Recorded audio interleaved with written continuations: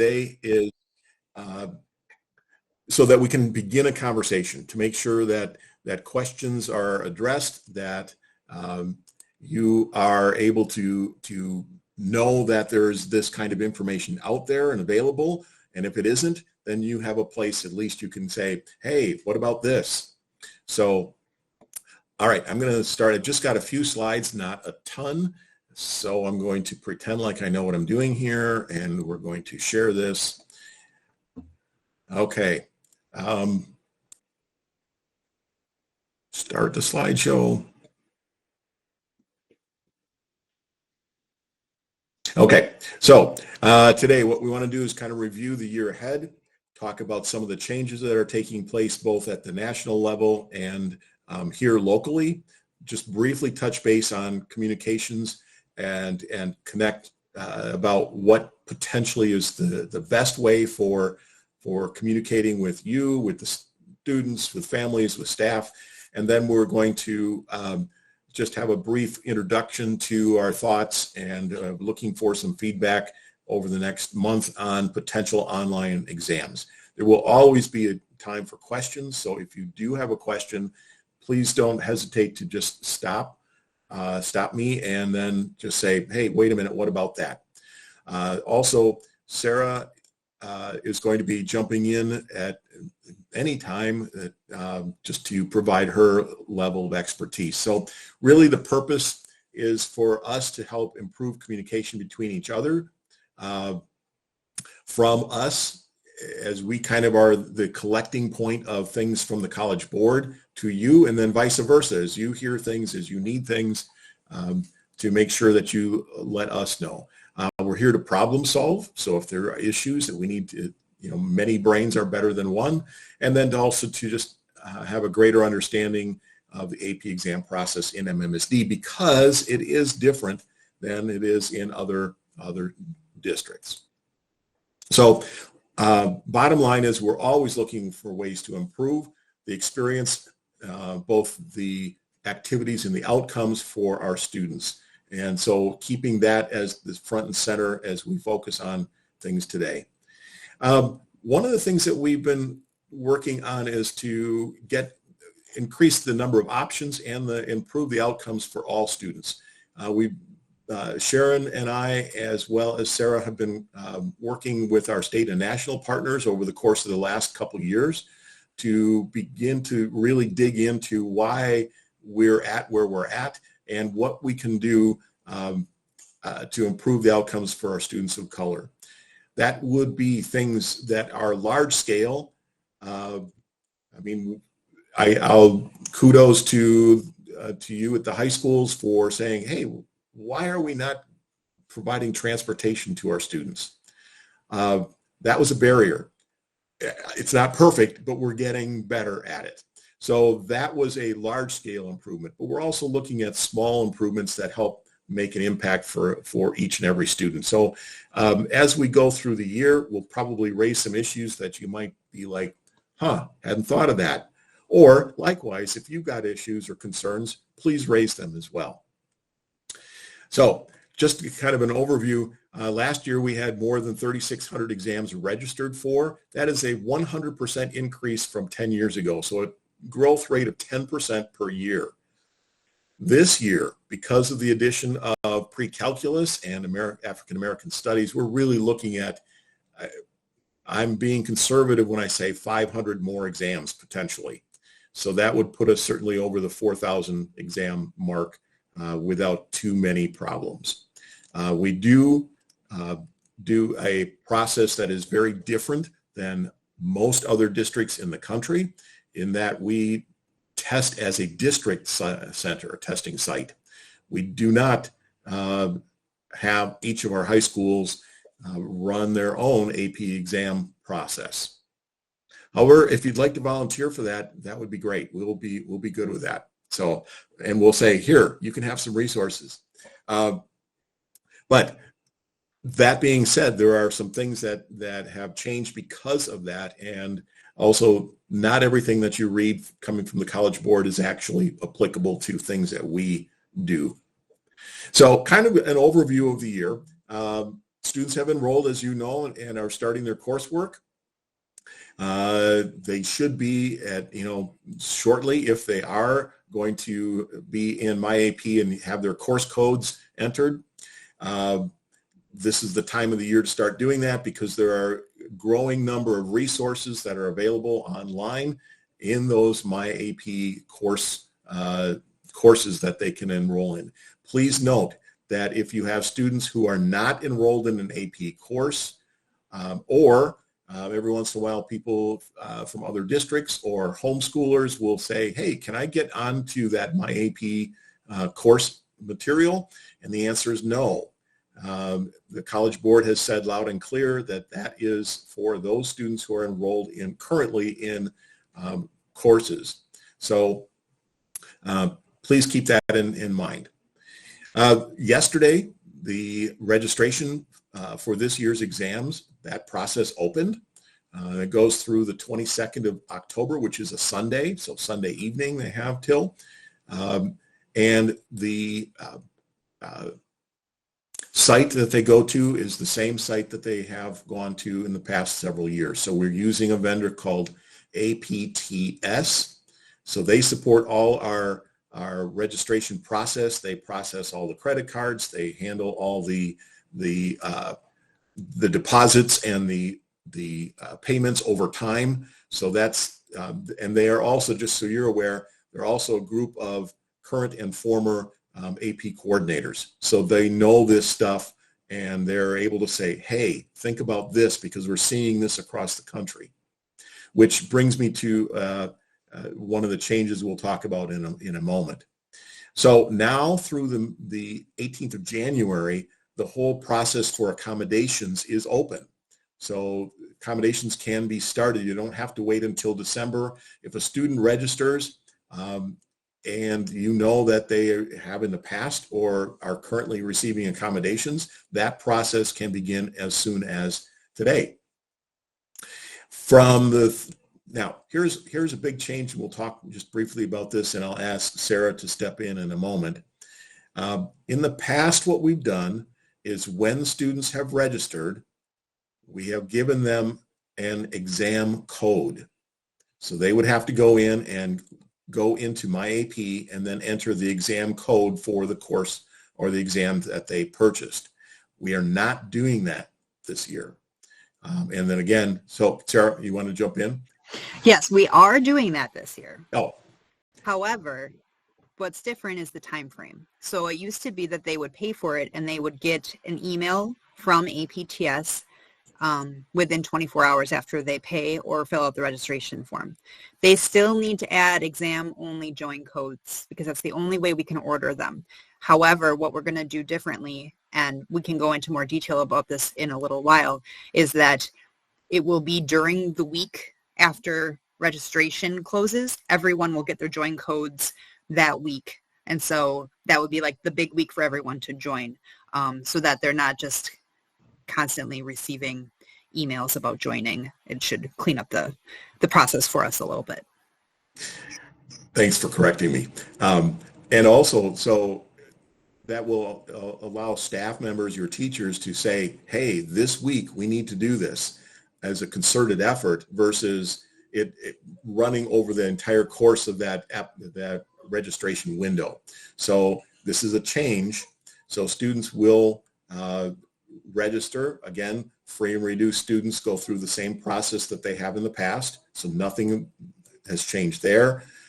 We are asking for a deposit, which also is something that is not done across the country. Most school districts and schools require the full payment up front. And it's my contention that there's a heck of a lot of expenses that families are incurring right at the start of school. And if we don't need to do that, we don't need to do that. So anyways, the registration is coming up. Once that closes, the exam join codes will be shared. That doesn't, just because the exam window closes, if suddenly somebody jumps in and says, I need to, or we have a student who arrives from another district late, there is a possibility that students can late register Is it a $40 additional fee? Now, students who are in courses that are only in semester 2, usually we've seen, what is it, micro or macroeconomics, excuse me, are oftentimes those courses. They will not incur that $40 late fee.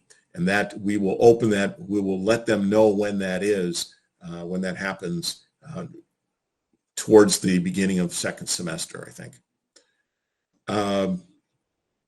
So once the accommodation application window closes, people can say, wait a minute, you didn't give me this. I always need that. So late consideration for accommodations, there are no guarantees that that will happen, but that actually goes right up until the day. Our experience has been, it goes up to the day of the exam. I'll never forget, morning of the exam, we finally got something for a student who needed accommodations, the morning of the exam. So it's not something we enjoy at all. However, that's our reality. In April, we're going to have transportation sign up. Again, we're going to run a bus for every exam. There'll be an east side bus, there'll be a west side bus. I know that we will potentially have students who are at Capitol, and since they have relocated, we will also include those in the west side bus if that is something that is desired. And transportation is always an issue. We are up against our friends to the south. Epic has their user conference, and they hire every bus in the area. I have an inside scoop that I'm working on to connect with them so that they'll free up 2 buses for us. May 6th through the 17th, standard administration. So that's when we're all at the Alliant Energy Center. And then finally, May 22nd through the 24th. So imagine packing all those exams into now, not 2 weeks, but 3 days. So we really like to avoid, at all costs, anything beyond the standard administration window. That doesn't mean we won't do that. We know there are always cases in which students will have 2 exams at the same time, or they suddenly now are at conference golf, etc. We get that. And so that's what the makeup late exam schedule is for. So any questions on the kind of the overview of what's going on in the year? Okay, then let's keep moving. All right. So things that have changed this year. First of all, I said that we're at the Alliant Energy Center, and I can tell you that in the last 3 years, the cost has more than doubled. It used to cost us approximately less than $50,000 to rent that space for 2 weeks. It now will be over $100,000 this year. That and the cost of proctoring that has gone up, as well as the cost of the exams, has led us to raise the price of exams for this year. The goal is not to make money. The goal is to break even. And I've worked with our new Chief Financial Officer, Bob Soldner. He understands the situation, and it was his call on where to set the cost of the exams. Ross McPherson and I also worked together, and again, it was like, it doesn't have to penny for penny be the same, money coming in as money going out. If it's close, that's okay, and that's where we're at. So I just wanted to let you know the reason for the exam increase in cost is actually the cost of doing the business. We're not raking in extra piles of money for the district. Sarah, I don't know if you want to add anything to the exam code process at all. Not necessarily. I think what's going to be key for us, there's a couple of reasons we're switching to this.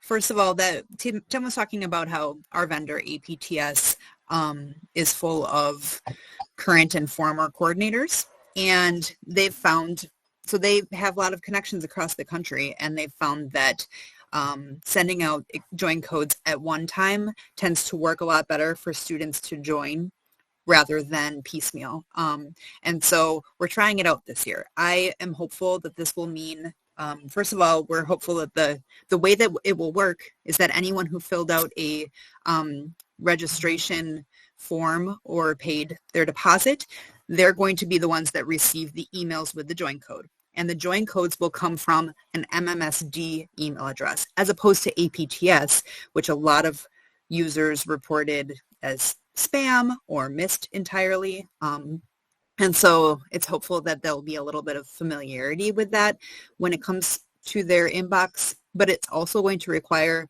a good amount of communication, primarily for those who have been through this process before, because it is different. And there will be students that will, and probably moreover parents that are going to panic when they pay and then they don't see an email. So I think with that process this year, I tried to kind of write it all out in the email that I sent you all last week. But if you have questions, don't hesitate to reach out with them at any time beyond today and including today. But I think we're just going to have to be like clear with students and families that it's a small change. It's just the timing of the email. The process itself is not different. But there will be some that this might cause a little stress for, and hopefully if we continue this way down the road, it won't be any big deal. But just trying to get that word out amongst teachers and students, just to say it's a small change from last year. It's just that you'll get your join code later, but you're still going to have to join it before the end of October.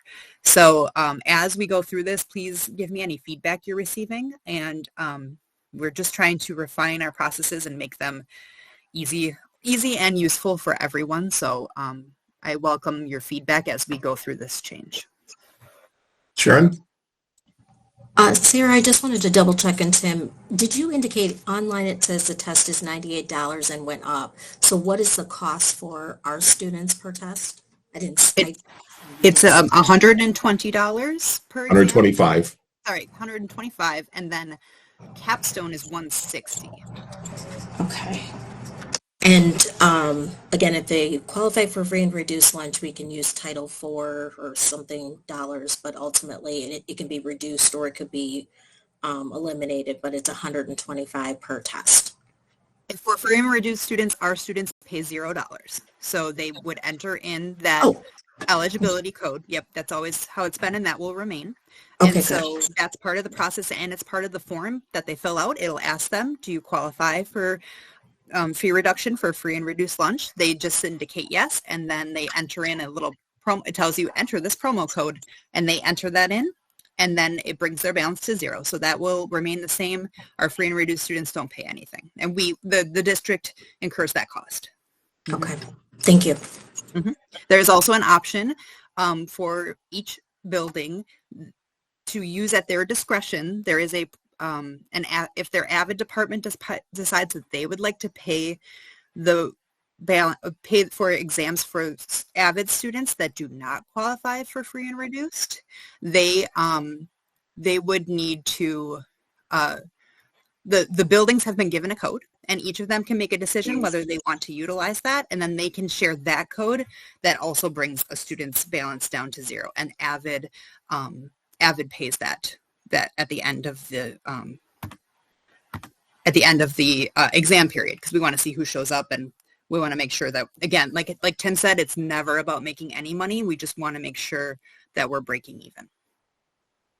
And yes, Andrew, I verify that, and I'm actually verifying it through DPI. So we're finding new ways to do it. But yes, that is they do go through a verification process. But it's a private process, and nobody but our department knows who is qualifying. So, and yes, we have lost that access in yes. IC as well. So don't think we've got more privilege than you. Absolutely not. So other changes this year, as you know, we are starting in 2 locations. We have the African American Studies AP course coming up. And then we also have at all of our sites we have the pre-calculus course, which is also a new one. The AP African American Studies course is still in a beta form. It's scheduled to be rolled out to all schools across the country next year. But this year, it's kind of a second year of refining what the course is about. And we are happy to have two courses in the district doing that. The online exam portion, as it turns out, the African American Studies course has only the option of an online exam.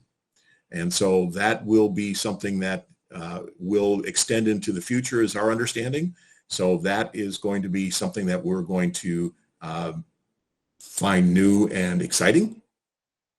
But then also the College Board has been moving towards, ever since the pandemic, and which really forced things, has been moving towards seeing how students do with online exams. And so they have provided some exams, some exam options. This is not for every course, so we'll go take a look at that in a moment. And then we'll kind of put that out there, just what our thoughts are as far as doing online exams. Hi, Tim. I have a question. Yep. Just curious, I didn't know anything about the AP African American Studies course. Can you explain a little bit more about that? Like, are other schools doing the AP African American test now, or this is hopefully starting next year? Great question. So we have, again, the courses that we're offering have been, how should I put it? They're beta testing. So it's not open to every school to have that as an option. It was, I think you had to be selected. And these are schools from across the country that are actually involved in doing this. Next year, it is our hope that we will be offering this to all our students at all of the schools if you have someone who's going to teach that. And I think as we go through the year, there will be more information from the College Board saying, hey, we're going to be ready. So my hope is that by January, even before that, maybe by December, we can have a timeline on what that looks like so you can put it into your course selection guides. You can steer students to that. You can have a faculty member in the waiting to actually teach the sections, et cetera. So I know that the sooner we get that information, the better, because a longer lead time is required for any new courses than what if we were just a district of one high school. So okay. That's kind of what my understanding is. Okay. That's helpful. Thank you. The other question that goes along with that I have, the AP online exams. So is that kind of somewhere where we're hoping to go in the future? I think, sorry, Tim, I'm going to jump in here. Go ahead. So for online exams, I believe that the College Board will switch entirely to online exams within the next 5 years. That's a guess. Right now, what they've done, so last year they started to pilot the use of online exams. It was completely optional, as it is this year, for districts to utilize the online exam. We're gonna dive a little more into which exams are being offered and what choices we have, but something that I think this is the future they're moving to. You'll see that the ones they're currently offering, it's a small list. They're mostly ones that are writing intensive. So they're recognizing that students are not handwriting as much as they used to. They're more comfortable keyboarding. And so the ones that have an extensive essay portion are the ones that they're starting with. I think they're still kind of working out how they can do the same for the very math and science heavy ones that might require use of formulas, etc. But so right now, it's completely optional for districts to utilize online.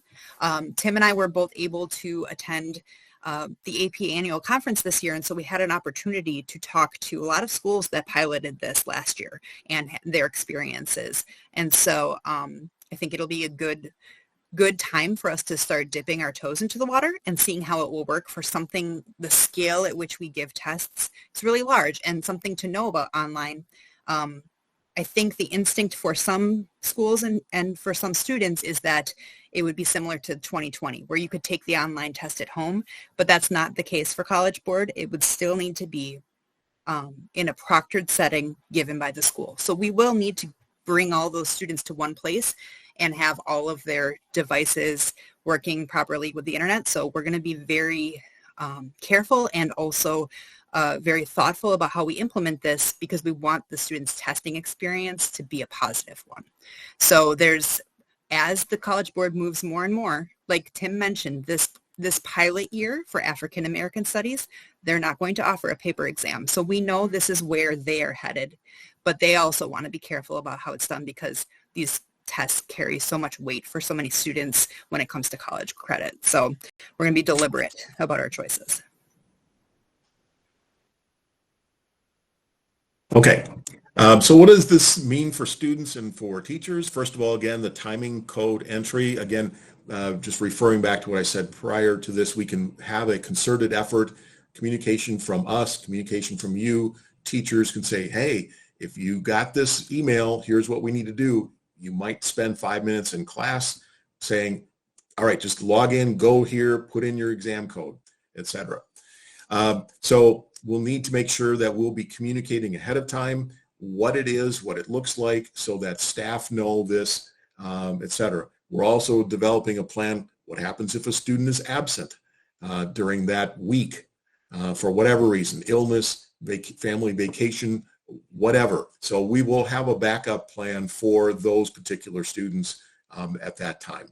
So just if you foresee any other issues with that as we get closer, please let us know, because we're trying to avoid many pain points with this change. So in the past, we have done a lot of email. We've used School Messenger. We're hopeful that we can communicate with you and then you with your teachers, with your staff. But if there are better ways of communicating, if it's a video message, if it's a meeting like this that we can have with your AP teachers, whatever it is, we want to make sure that there's clear understanding of what expectations are, of what the timeline for these things are, not just those course codes, but other things as well. Sharon, you want to go ahead? Yeah, I'm sorry. My kids are from Illinois, so of course things are a little bit different. But I talked to our communications department, and they were interested in getting former AP students to actually speak to other students about taking AP exams, like doing a visual. They're working with me behind the scenes on something that we're going to do to honor AP students. And Tim and Amy, I just sent some things to you that I hoped I could share. In addition, I get an email literally every week from the assistant principal at the school about the reminders about getting the students signed up for that AP exam. So just like what I'm receiving from Sarah, as a parent, I receive that up until that October date. So until you stop, get them signed up, you keep getting them. And it's like, shoot, I got to get this done. So just some different crazy tactics, but my freshman took the test, and my senior has been taking them since her freshman year. So it's always a fine line as far as how much is too much, but the flip side is every year we hear from parents, I didn't hear about this, I didn't know. So it's one of those things that we're just trying to make sure we get enough of the word out that everybody is well aware of advanced placement exam sign up. So if you have ideas, please let us know, because again, we want to make sure that we are paying attention to what is happening in schools. And Jim, yes. And Sarah, real quick, I think I raised this last year. I can't remember, but somehow like a video walkthrough of how to sign up, what the email of the code looks like, where to enter the code. That may be helpful. I mean, because again, every year I have students saying, I didn't get the code. What does it look like? This, I missed it. And, all of those were maybe like, hitting that visual learning style could be helpful. Yeah, thank you, Joanna. I think something that, and maybe there's maybe there's someone on this call that might like have an idea about this. The biggest struggle I've had is that I don't have student access to the database, so I don't know what the screen looks like for them to enter the code. So if there's anyone that encounters it this year, let me know, because our district's so different than most, where they don't, like, the exam only code is like a different, most schools just flip it for their students, and we can't do that because they're not testing on site. So but if people have ideas for how we could do that, please let me know, because it's kind of one of those roadblocks that I've hit, that I'm trying to figure out the best way to do the walkthrough.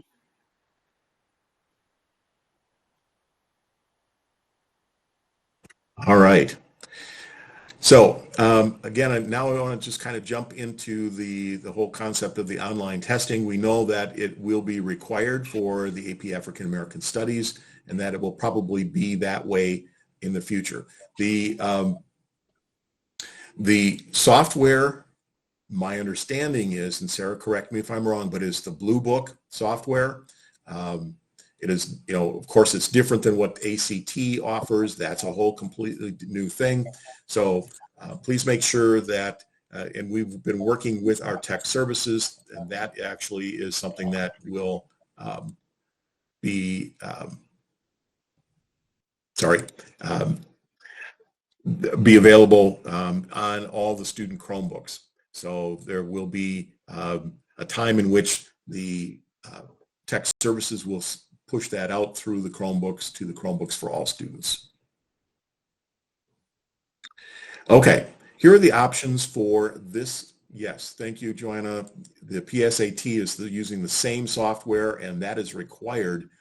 And again, this is one of our thoughts as to why we want to put our toe into this water, is because the College Board has said all SAT, all PSAT will be online, period. There will be no paper copies. Now that's, of course, there's exclusions for certain accommodations, but even online, many of those accommodations are there.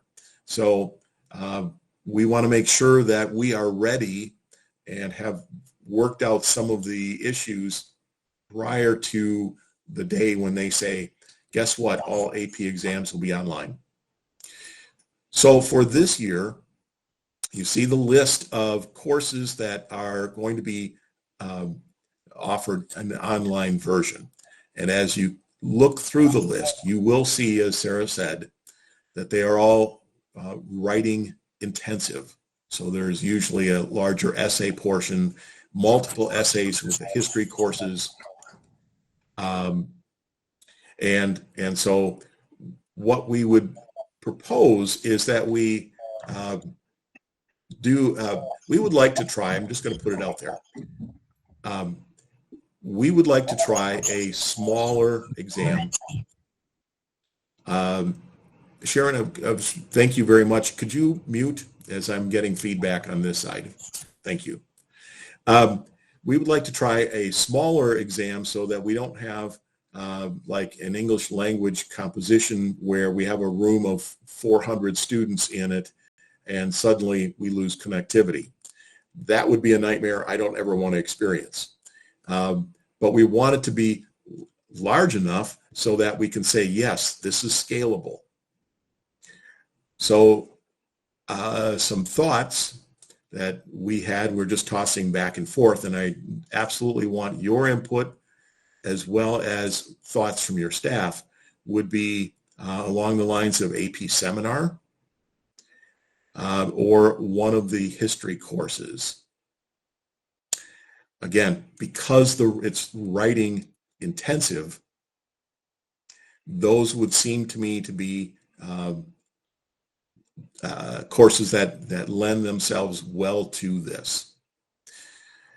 So we are not going to make a decision today, but I do want to make a decision by the time the exam window is closed, because it would only be fair for our students to know that they're going to be taking an online version, as well as our staff. Our staff needs to know this so that it can be practiced. So when they do the writing essay portion practices, it's okay, you can do it on a computer because that's how you're going to do it on the exam. So I've been looking at the accommodations that come with these, and they are pretty similar to everything that we have on other exams that are online. And so that there would be few students, if any, that would need to take a pencil paper test, but that is an option as well. So Sarah, you want to jump in? Yeah, it is an option. I think as we continue this discussion, something that would be important for us, no, I'll strike that. Something that would be important for me would be that we take an all or nothing approach for an online test. Because if we have some students taking it on the computer and others taking it on pencil and paper, we're going to run into a lot of issues, including management of those resources, but also just it's going to introduce extra challenges for teachers to prepare for the test. Something to note is that online testing for the College Board for AP is entirely only for the regular schedule, except for African American Studies, which will always be online. These can be offered in online format on that original schedule, that May 6th through the 17th, but all makeup testing is pencil paper. So there will be pencil paper formats of this test, but I just want to be really careful as we discuss that we're not really talking about providing this in an optional format. If we choose a course, it would just be in our best interest as a district to do all online or all pencil paper. And that will help us get the best outcomes for how it's working and the preparation and the communication for students, because they're going to need to bring their Chromebooks. They're going to need to have a charged Chromebook. And I just think it would get pretty murky pretty fast to try to split the difference and do half online and half pencil paper. That's just my input. So we've also planned in that we have purchased Chromebooks for assessment purposes, so that if on test day we always see panicked students because I didn't bring my calculator, or I don't have any pencils, those kinds of things. If we go online, I drop my Chromebook in the parking lot, or suddenly recognizing that there's no charge in my Chromebook. I forgot to recharge it. So we have options to ensure that students will have Chromebooks that we know are charged, that are ready, that are set up, ready for them. So we're kind of poised to make this step, but we really want to do this together with you and with teachers, and not on our own. Just saying, Tim's pretty good theory about online options. So what questions do you have? What comments, what concerns? Would love to hear some. And again, we're not deciding this today.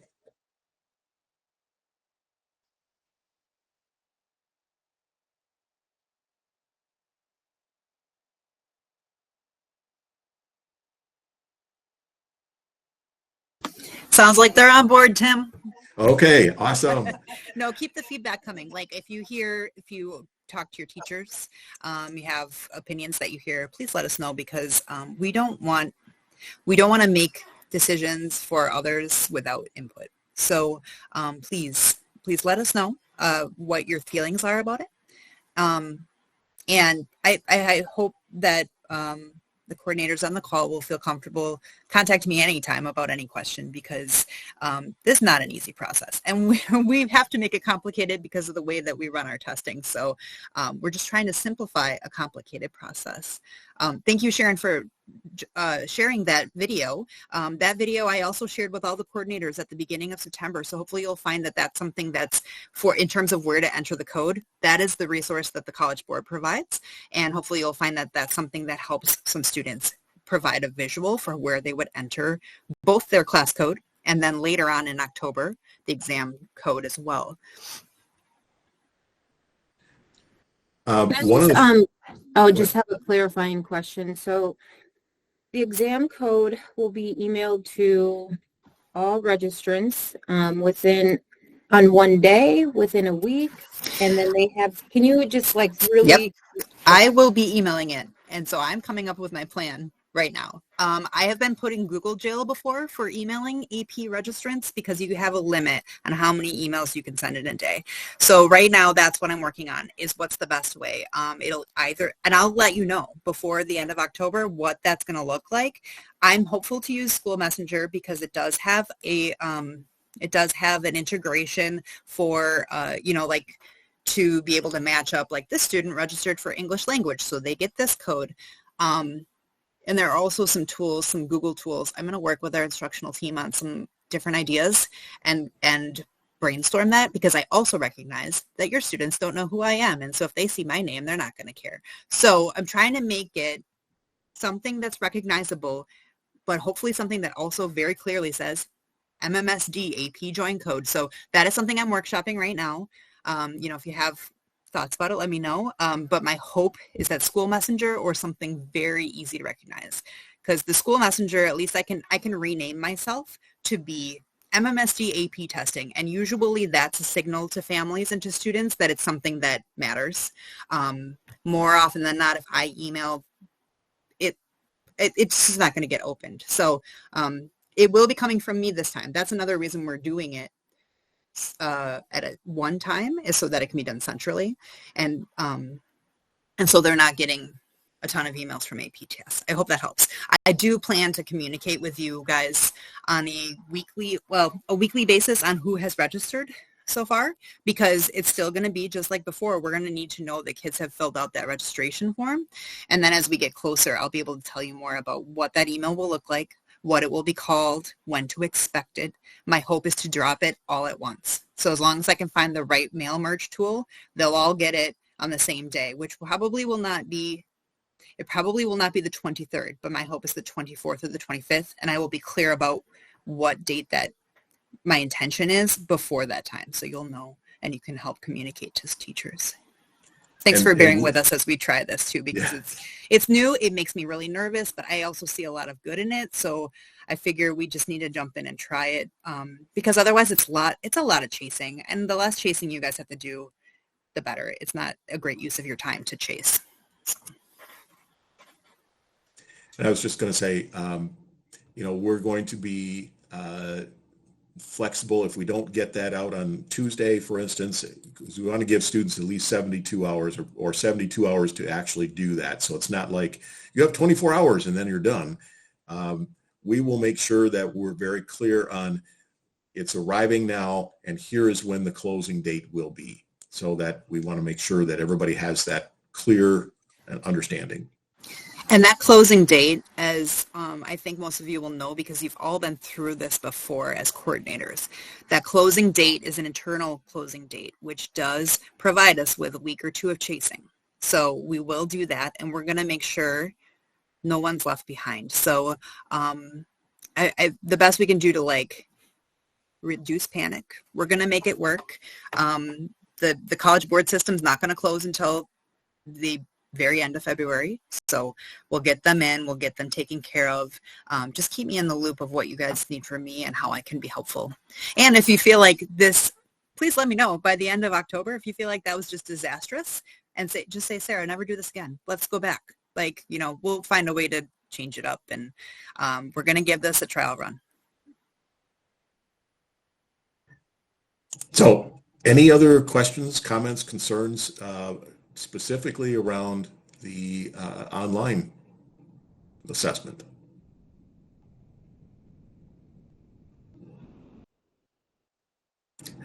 Okay, so what I'll do is I'm going to send you all an email with that list of courses with what we are thinking as possibilities and some rationale behind that. And if your staff members say, no, not a chance, we'll never do that, let us know. I mean, we're not trying to say this is the way it is written in stone. So any questions? Sharon has something she'd like to share. Yeah. Hi, everyone. I hope you're not getting an echo. We've actually gotten somebody out of the room. Ultimately, we are behind the scenes in advanced learning. I'm Sharon Alexander, the Director of Advanced Learning, so I don't know everybody on the screen. We have always had a K-8 focus for our work, and we try to touch high school and really work with advanced learning because that's what we're expecting our students to do once they get to the high school. Any kind of dual credit, AP courses, things of that nature. So we have some data and we have been able to show like what each of the schools has identified as far as students that took the exam last year. It's broken down by ethnicity and race.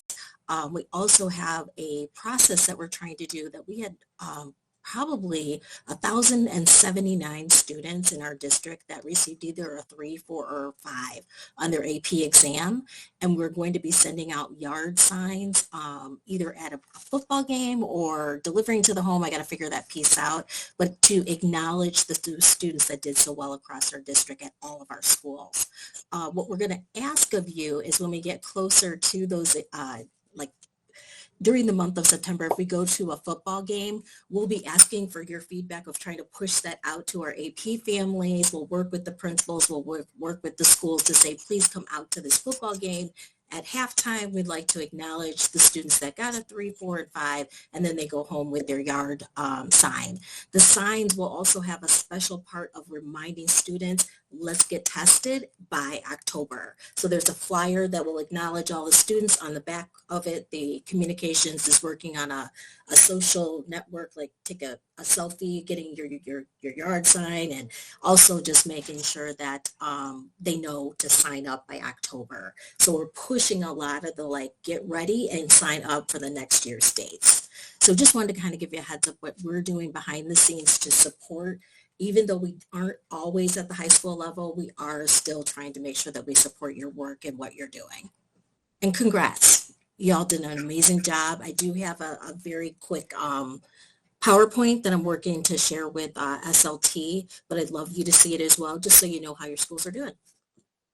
Sharon, so did you send yard signs last year? Because we received a ton of yard signs, no information about how they should be distributed. I don't know where they are now, but Yeah, I mean, that was us. We actually worked with building principals to distribute those and have a whole process, but it's very difficult to get time in front of any of the groups. So if you still have those, we can take those back here at Doyle. That'd be great.